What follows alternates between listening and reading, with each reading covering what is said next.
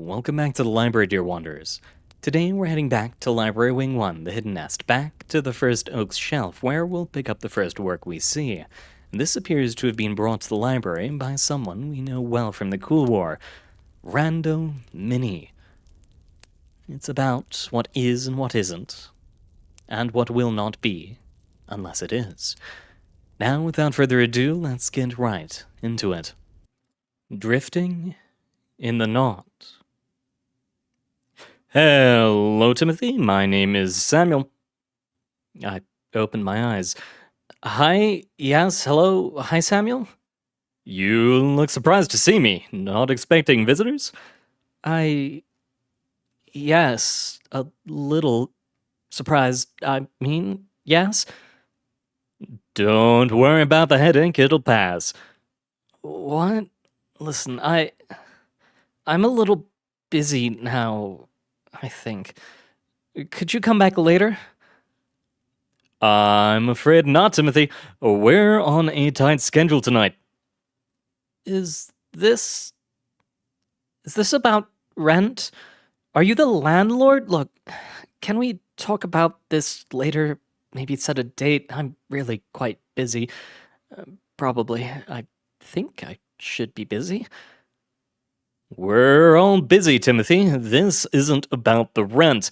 I'm here to make you an offer. Listen, I really don't have time for this. I'm not interested in whatever you're selling. I have to get back to working so I can pay my rent. I don't think I've paid my rent in a while. You haven't paid your rent in 37 years, Timothy. What? You haven't paid your rent since you died. Oh, yeah, that makes sense. I guess I'm probably not busy then. Wait, where have I been living? You haven't. Oh, right, that's interesting. What was your name again? Samuel. I'll be your operator this evening. I'm an intern here. Oh. Here being... No, it isn't actually. Oh.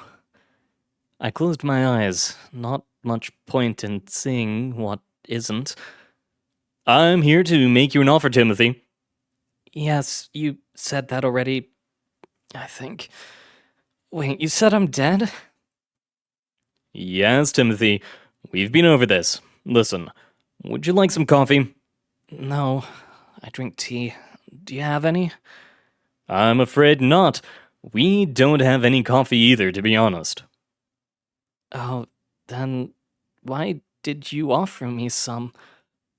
The offer, Timothy. You came here to offer me some tea? Coffee and no. Well, yes, maybe. I guess what I'm offering is an opportunity to drink it. So, you're offering me the opportunity to drink some coffee? I don't drink coffee. I'm offering the opportunity to drink tea, too.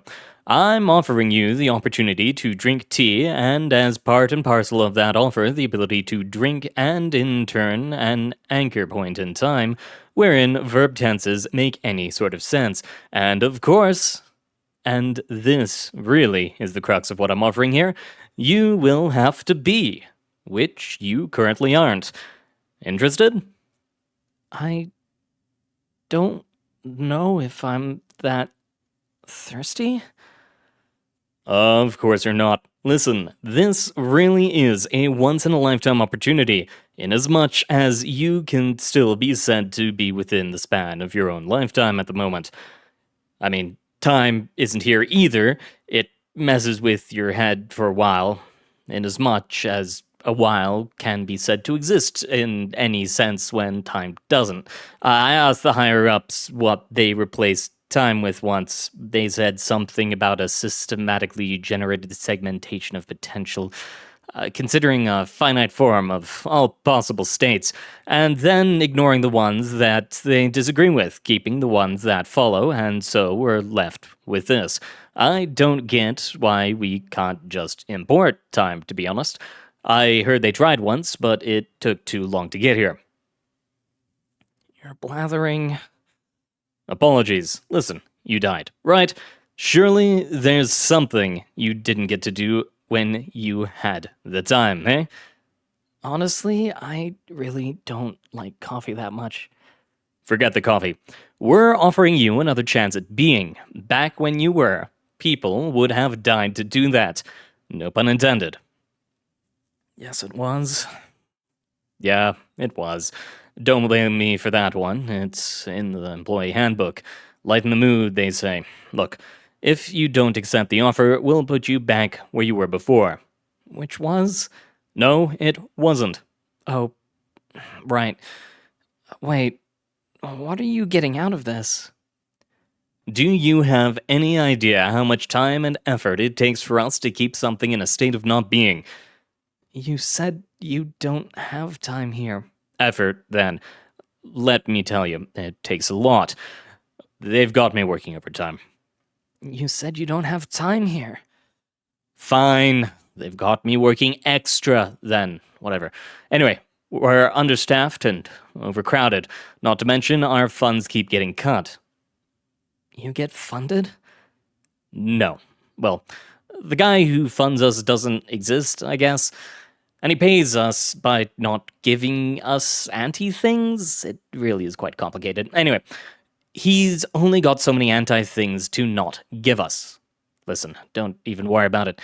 Here's what the offer boils down to. We'll pull you out of not being, fix up your body a bit, smoke out the worms and grubs and whatever's gotten into your flesh, knit you some brand new muscles. That gets done by hand, by the way. They're crazy in that department. Plop some new organs in, then reduce you into a biologically compatible brain. Stitch up some nerves and your body's set to go. And not just that, we will throw in a complimentary package of fundamental materials. Still all free. 5 kilograms of alchemical gold, 2 of alchemical silver, and 1 of biomass. Then we simply pop the new you through a little bubble of potential right where your body used to be, or the closest area you won't just die again. A little more boring than climbing out of a crypt, that one, but there you go. What if I got cremated? You didn't. Oh, and this is supplied free of any conditions? Yes. Mostly. 90% condition-free. So, not condition-free? No. The whole point of us getting you out of here is to free up resources. This is given to you for free, on the condition that you don't come back. Wait, what do you mean, don't come back? You mean I'm getting immortality too? Well, no. Maybe? Depends on how you look at it. As simply as can be said, acceptance is conditional on a promise of never returning to non-existence. That comes with a few caveats. You can still die, I suppose, depending on how you define the term. There are a few parts of the offer that I can't really go into detail about unless you agree. So I'm getting into this without knowing what's going on? Not at all. Look, you can continue with us if you like. We'll send you back into the realm of not. You'll keep not being, and there's nothing else to worry about. If, however, you would prefer to be, we can arrange that and would be willing to subsidize those efforts. Right. And how much exactly does that alchemical gold and silver buy me? What does that equate to at the moment? Enough to buy a planet. Wait, really? Yes, a small, uninhabited, inhospitable planet, really more of an asteroid to be honest, but still. The value isn't really in the gold and silver's monetary worth. I can't go into it unless you accept trade secrets, confidentiality agreements, so on. Anyway, it's Plenty to be getting along with, trust me. This sounds like a lot to think about. Can I put this off for a bit? I'm afraid not. Like I said, I'm busy. There are a lot of people who aren't at the moment, trillions, actually, and we really need to get them out of here. I really need more time to think this over. All right, that's okay. That's fine. We have about 5 minutes left here until I have to put you back into nowhere. You said you don't have time here. Whatever. Roughly the equivalent amount of entropy as 5 minutes would have. Okay. Alright. So this is an offer of functional immortality or eternal death, right? Pending any future offers, yes. We may return later if we approach critical capacity again. And it's not really death, it's non-existence. I mean, the two terms are probably synonymous to you, but it's an important distinction to us. Okay. Next question. You said I've been dead 37 years? Yup. But you don't have time here. Just let it go. If you try to get your head around it, you'll only give yourself a headache. Or you would, if, you had a head at the moment. Sorry. Don't be. I'd be pretty confused too. When you get sent back, it will have been 37 years after you died. There's a sort of disconnect between being and not being, as you may have noticed during your not time here. According to my files, you'll be fourth wave, first large-scale deployment into being after the pilot runs. We find out the problems. Oh, right. Forgot about that. You'll be getting a few extras. Phone, identification documents, clothes, of course. Somehow we forgot about that on the first run. Very embarrassing. Why am I getting a phone? Do I get a house too? Oh, right. Forgot about that too. Mobile phones, tiny things these days. You've missed out on a lot of stuff. People have been pretty busy while you've been gone. We'll get you caught up on all this stuff before reconstitution. Don't worry. Alright. The third question, debts? What, debts from 37 years ago? Oh, long since settled. Your landlord's probably an old man now. Let me just... I probably should have read this in advance so that you canceled your subscription, as we say. Yep. Well, you don't have to worry about that this time around. Fresh new start. 1 minute left. No pressure. All right, okay. That all sounds pretty good. No catches, really? None that should really be deal breakers. A few small things, mostly just legal nonsense to cover us if you change your mind. 30 seconds. Okay. You sure he is? A lot changes in 37 years. Right. Good. I guess my answer's yes then? Great. Now, Timothy, like I said, we've got a lot of people in queue at the moment, so I'm going to have to transfer you to the waiting room. We'll establish a baseline presence for you there, just some kind of intermediary forum, so you can actually see and move around and such. I'm just going to need you to hold on for a bit, okay? Yeah, no problem. Samuel's voice faded out, and smooth jazz began to play, somehow reaching my non-existent eardrums. I opened my eyes again. There was still nothing to see, of course, and at this point, I didn't actually have eyes to be seeing with. I felt as though I was floating in a void, not black or white or cold or hot, just a general sort of medium. Of course, I wasn't really feeling anything at all, not to mention that there wasn't even a brain of any kind to meaningfully amalgamate all these non-sensations into that which I refer to as myself. It's hard to describe a first-hand lack of existence. After all, the English language isn't concerned with what isn't there so much as what is. Still there, Timothy? Yeah, Samuel, I'm here. Not going anywhere by myself, am I? Suppose not. I'm going to transfer you through to Amanda now. She works in constituency, okay? Once you're corporeal, we can move you through the legal department. Just need to sign a few things, boring stuff. After that, you'll be free to mingle with your cohort, and we'll find you a buddy. Just someone we can bring you back with so that you don't get confused or lost. I'm guessing by cohort you mean fellow dead people? Pretty much, yeah. Any questions about what's going on, just ask someone. We're pretty friendly. Alright, thanks, Sam. No problems, Tim. I'll patch you through to Amanda now, alright? Okay, thanks. More smooth jazz. At least their waiting music wasn't bad. Around this point, I started thinking about all the different ways that this could have been a trick. In my stupor of semi-existence, I hadn't asked a lot of very important questions about immortality. Would I still age? Would I be some kind of zombie or vampire? What was the purpose of the biomass I was being given? Hell, what does alchemic gold even mean?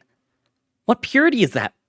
These questions and others like them spiraled around in my head for what seemed like an eternity, until finally the silence was broken.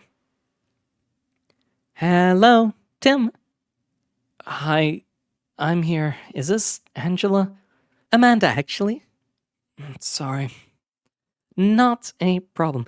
Listen, Tim, I'm in the constituency department at the moment. We're going to see if we can reduce you, okay? Basically, we'll just take your current being of a perception annulled transcendent representation, then grab a semi-corporeal image of your body and stick the two together with perspirance. I have no idea what any of that means. You're getting a body back. Oh, great. When? Now! If it was difficult to explain non-existence, it is impossible to describe the intense flood of sensations that followed my constitution. An abstract representation of who I was, my soul, if you want to be poetic about it, was, I suppose, stretched would be the right verb, into the shape of a human brain. Fresh photoreceptors knitted into the back of my new retinas, optic nerves stabbing into the gooey flesh that contained my very being. My body was enveloped in a sack of skin, rapidly inflating with blood and organs, then bones popped into existence and gave my body form. The process was mercifully rapid and not painful, but profoundly disorientating. I felt a swift blast of dry air from all angles and a warm robe wrapped around me. The last thing that they added was gravity, and I crumpled, inelegantly, into a heap on the smooth, spongy floor. I carefully enunciated before attempting to regurgitate from an empty stomach. Just a bit of existence sickness, Tim. It'd be more worrying if you felt fine.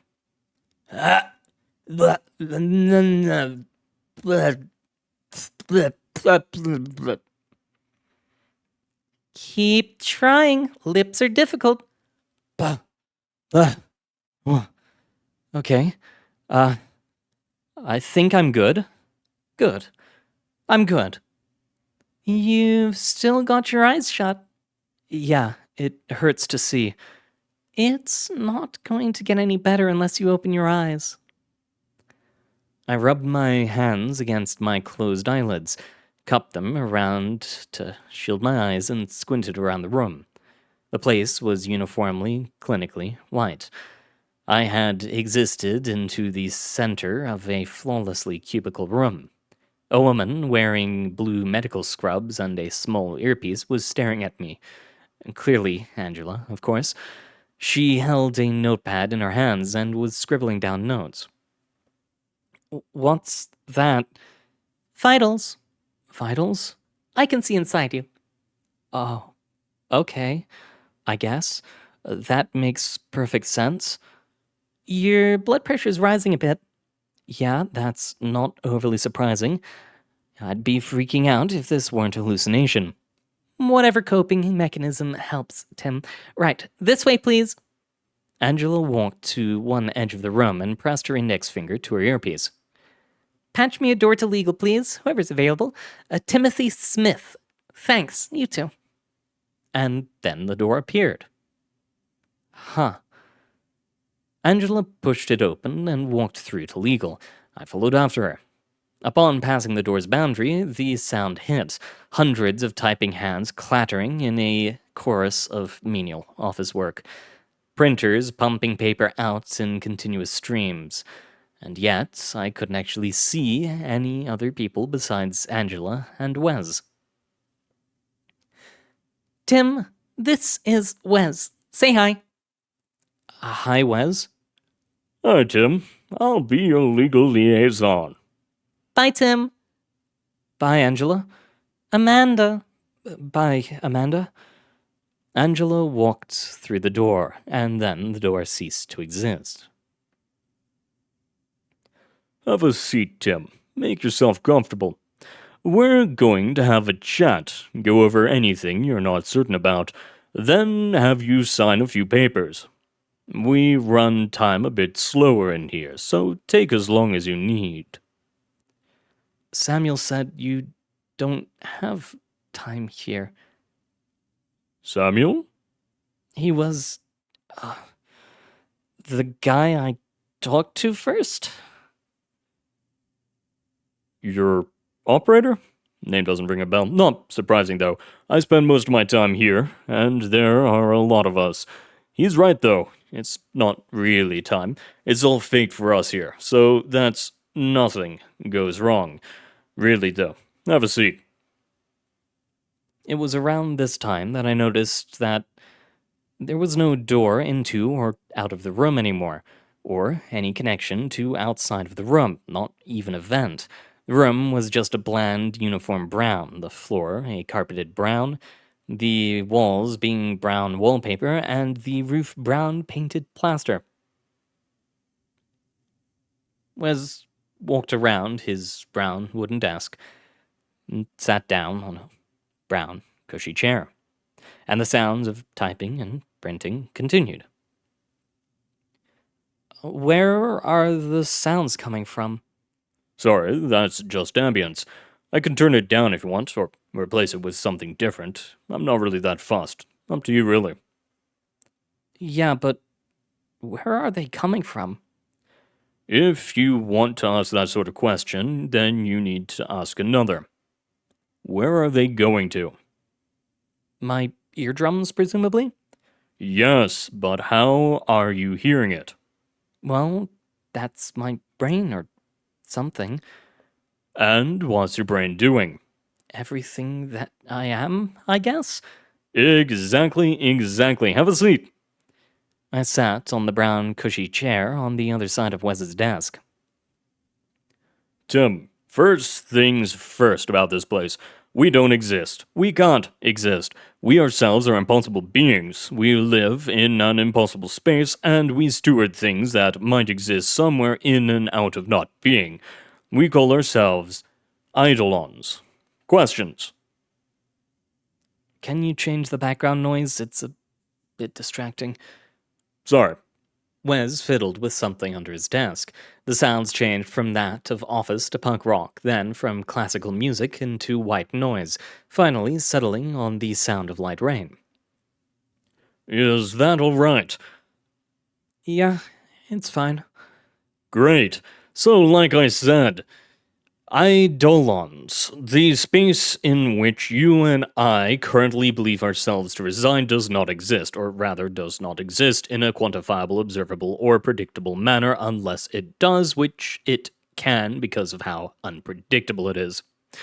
If any self-aware perspective comes to the conclusion that it no longer exists, or has that conclusion forced upon it by its local reality, it no longer exists unto itself, and so it gets shunted here. Usually. Usually? Well, we're one particular group of things that don't exist. A very small subset of all that isn't. There are a lot of things that aren't real, besides idealons. Infinite infinities worth of hypothetical beings. You could have been shunted somewhere else, and in fact you were, or at least a perspective indistinguishable to yours was. Can I say something? Certainly. I have no idea what you're talking about. That's fine, Tim, that's fine. Let me simplify to what my peers would likely consider a criminal extent. You died, and this is the afterlife. We're angels and decided that you were a good enough person to get a second chance. Does that sit right with you? Look, Wes, don't patronize me. Just because I don't understand doesn't mean I'm an idiot. All right. Listen, would you like some coffee? Do you actually have coffee? Well, no, but close enough that you couldn't tell the difference. I have the illusion of coffee, if that's good enough for you. Do you have any illusion of tea? Certainly. How many illusory milks do you take? Illusory sugar? Salt, if you fancy? Name it. No milk, and a teaspoon of illusory honey if you can, please. 1 cup of not tea with no honey coming up. Wes reached to an earpiece that I didn't notice him wearing before. You heard the man. And then some tea appeared. Huh. Nifty, eh? The best thing about not existing is that you get to have all sorts of fun with everything else that isn't real. Reality forces you to play by its rules, but irreality plays by ours. I lifted the tea and took a sip. It was pretty good. This is pretty good. Good. Where was I? Filling me in on all sorts of interesting things. Right. Anyway, we've run out of space. How do you run out of space in the space where nothing exists? We're not in the space where nothing exists. We're in the space that things that do not exist do. The area of potential for these things to be. The problem is that, like I said before, us idealons don't run the entirety of nothing space, only a portion of it, and a finite portion at that, and we're running out of the finite space we have left. So we're kicking you out. Blunt, but there you go. How exactly do you kick me out of non-existence? I don't really know. That's not my department. You should have asked Amanda. She'd know. Constitution and ejection are pretty similar. That's the terminology for it, of course. Ejection, to be clear. I see. Anyway, to business. My job beyond filling you in on the finer details is getting you to actually put pen to paper. Well, I say that, but it's not actually a signature that I need to get the ball rolling. It's an image of your DNA, but we only take that with your signed permission. I have you down for a permanent ejection here, with a standard compensation package of alchemic gold, silver, and biomass, and additional wave for benefits. Is that right? Yeah, I think so. A quick question while I'm here. What do you mean by alchemic? That's simple. Are you familiar with the idea of alchemy? Kind of lead to gold, that kind of thing, right? Close enough. Anyway, it's real. Huh? Well, I say that, but it's more like when we sneak you back where you were, we'll put a tiny bit of irreality back in with you, which you can then exploit as you see fit, within reason. Basically, we're giving you magic, though it's bound to your reserves of alchemic resources. Part of the Wave 4 benefits package is a phone that has all the information on it. The mobile phone. By the way, I don't really know how to use those. Dead 37 years, all that. Okay, that's not a problem. We can pair you with a more recent departure, someone who knows how to use them. Computers too, I guess. I take it that Samuel filled you in on the buddy system? Not in depth. More like mentioned it in passing. It's just what it sounds like. We'll just partner you up with someone. We'll get you acquainted before sending you back. And when you get home, you'll have a supportive shoulder to lean on rather than being completely lost. After the second wave, we realized that some of our long-term residents had no idea what cars were. Seems ridiculous that we missed something like that, but what do we know about existing, right? I suppose. One more thing. Yeah? When do I wake up? Ah, well, that all depends on you, doesn't it? You think this is a dream? It's got to be, right? Of course, of course. Then nothing you do in here matters, since when you wake up, it'll all be gone, no? Of course. Well then, for the time being, let's pretend that this isn't a dream, that this is all really happening. Even though you yourself admit to not really existing at all? Ah, well, you're kind of twisting the meaning behind my words here, but sure, just cruise along with it. Embrace the dream. I don't think it's a dream, but if it were, I'd be a part of it. So, my opinion's really irrelevant on the matter. Exactly. Exactly. Then, nothing that you do in this dream really has any meaning, does it? You've no problems with signing whatever I put in front of you? Well, within reason. There, you see? You're allowing for some chance in your head incredibly minute, literally incredibly without credibility at all, and yet you're planning for the what if anyway. Just because this is a dream doesn't mean I'll start acting irresponsibly. I'm still me. Then you can sign these for me? Sure. If they aren't too unreasonable. Fantastic. Here you go. I, the undersigned, grant consent to the United Eidolonic Collective to extract and record my DNA, deoxyribonucleic acid, profile, or otherwise the genetic code representing my being as a living organism, or otherwise a methodology by which such may be described, or likewise, a set of laws by which some such profile analogous to such may be represented.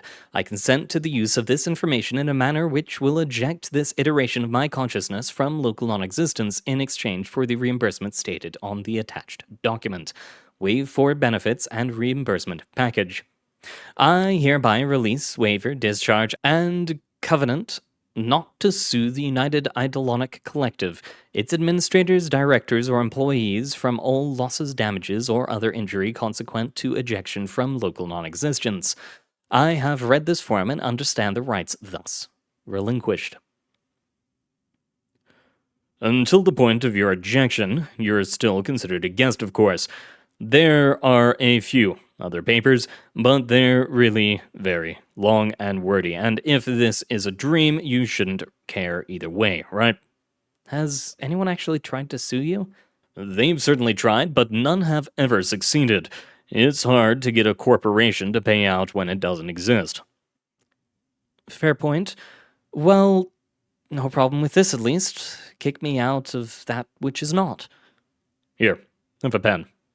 I scribbled a hasty signature at the bottom of the paper. And this too, please, just the reimbursements. I promise that there's nothing hidden in there.